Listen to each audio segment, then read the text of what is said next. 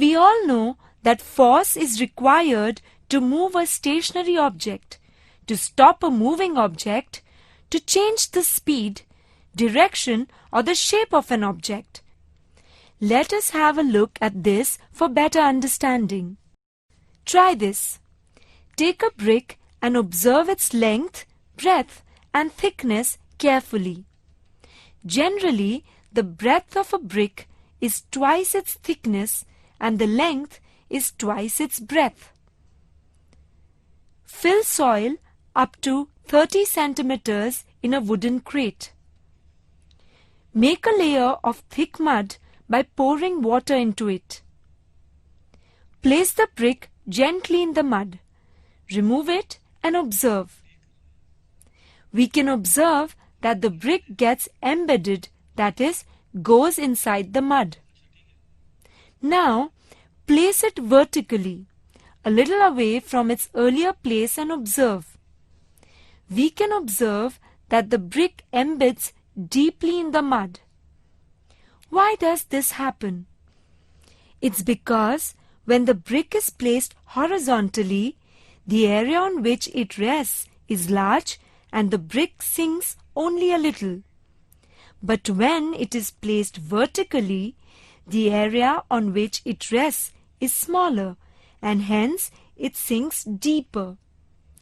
Thus, we conclude that when a force is applied to an object, the effect produced on that object depends on the area of the surface on which the force is acting.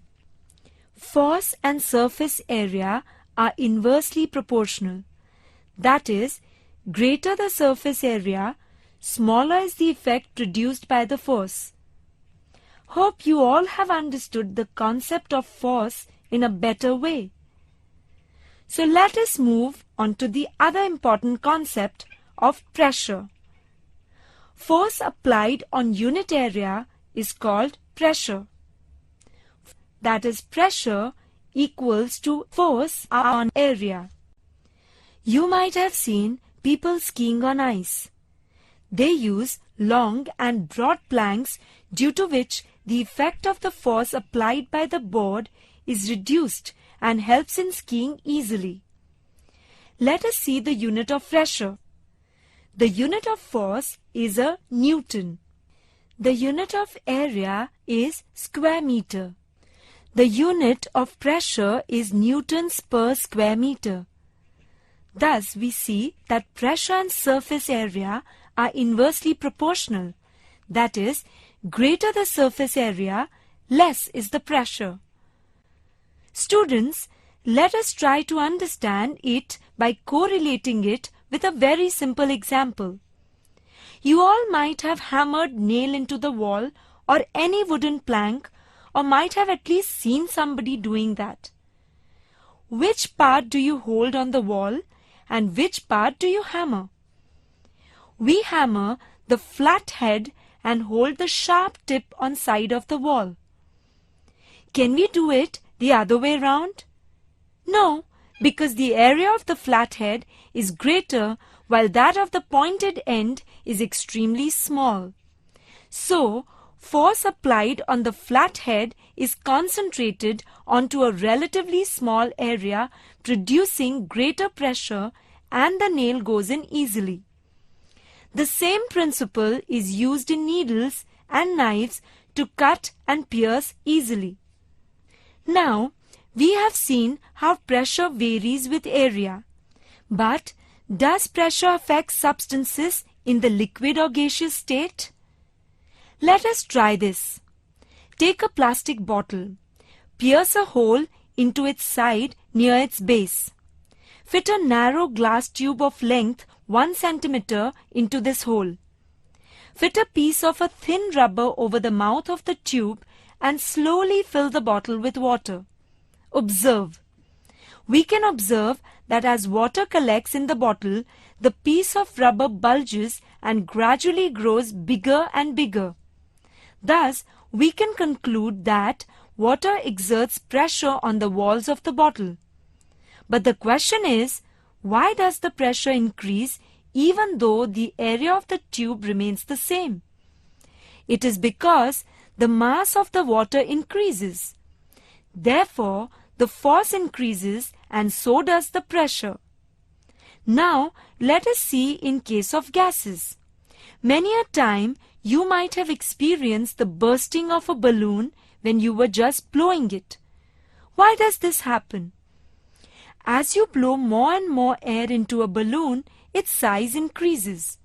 If you blow it up beyond a point, the balloon bursts.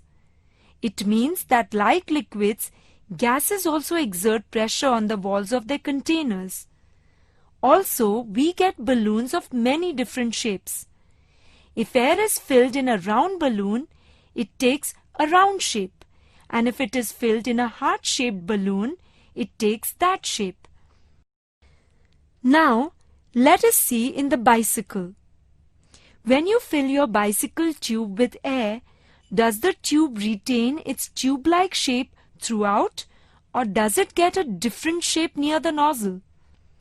Yes, the tube retains its tube-like shape as it exerts equal pressure in all directions.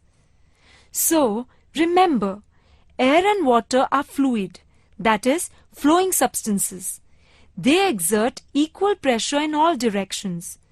That is why they give uniform shapes. Exerting equal pressure in all directions is an important property of fluid substances. Students, now let us see how change in pressure leads to the flow of fluids.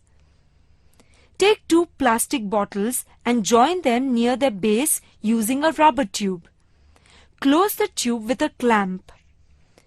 Fill water completely in the first bottle and just a little above the rubber tube in the second bottle. Watch the level of water in the two bottles. Now, open the clamp. We observe that the water flows from the bottle in which the level of water is higher into the other where the level is lower. The flow of water stops when the level of water in the two bottles becomes equal. Thus, we conclude that fluids flow from a region of higher pressure to a region of lower pressure. Now coming to the most important topic of the chapter, that is atmospheric pressure. You know that we are surrounded by the atmosphere, which is made up of gases like nitrogen, oxygen, water vapor, etc. Because of these gases, it must have a mass. It extends to hundreds of kilometers around the earth. The pressure that the atmosphere exerts is called atmospheric pressure. Let us try to understand this. Imagine a very tall cylindrical column exerting pressure on unit area. Can you guess how much this atmospheric pressure will be? The mass of the atmosphere standing on 10 centimeters into 10 centimeters area is as tremendous as almost 1000 kilograms. How do we survive carrying such a tremendous weight on our head? The only reason we do not get crushed is that the pressure inside our body is also the same. That is why we do not feel atmospheric pressure. However, the atmosphere is very important for living things. Here are a few examples which many of you may know but might have never thought of the concept. Let us try them. Rubber suckers of different sizes that stick tightly on glass surfaces are available in the market. Observe them carefully. When we press it properly on the glass, it sticks. It becomes difficult to pull the sucker away from glass. Do you know why does this happen? When the sucker is pressed on to the flat glass surface, the air between the sucker and the glass is pushed out. As a result, there is very little or no atmospheric pressure. However, the atmospheric pressure outside pushes the sucker in and makes it stick tightly to the glass, thereby making it difficult to pull it away. Now, let us try another example. Do this experiment under the supervision of an adult. Take a can made of thin metal sheet with a screw-on lid. Pour a little water in it and heat the can. We can observe that in a little while the water begins to boil and form steam which rises out from the can. As the steam leaves the can, it also pushes out the air that was present in it earlier. After some time, close the lid tightly and allow the can to cool down. We observe that after some time, the can gets crushed from all sides. Now, try this simple experiment for yourself. Fill a glass with water to its brim. Cover it with a square of stiff card paper. Holding the paper in place with your hand, turn the glass upside down. Now carefully take your hand away from the paper. What happens? The atmospheric pressure outside presses the paper upwards. This pressure is quite more as compared to that of water. We can observe that the water in the glass does not spill. Now let us see two things which we use in our day-to-day life, working on the principle of atmospheric pressure. 1. Pumps. We all might have used an ink dropper some time or the other. It has a rubber bulb at one end while the other end tapers to a narrow opening. We dip the narrow open end into the ink. On pressing the bulb, the air in the dropper is pushed out of the opening. This reduces the pressure of the air in the bulb.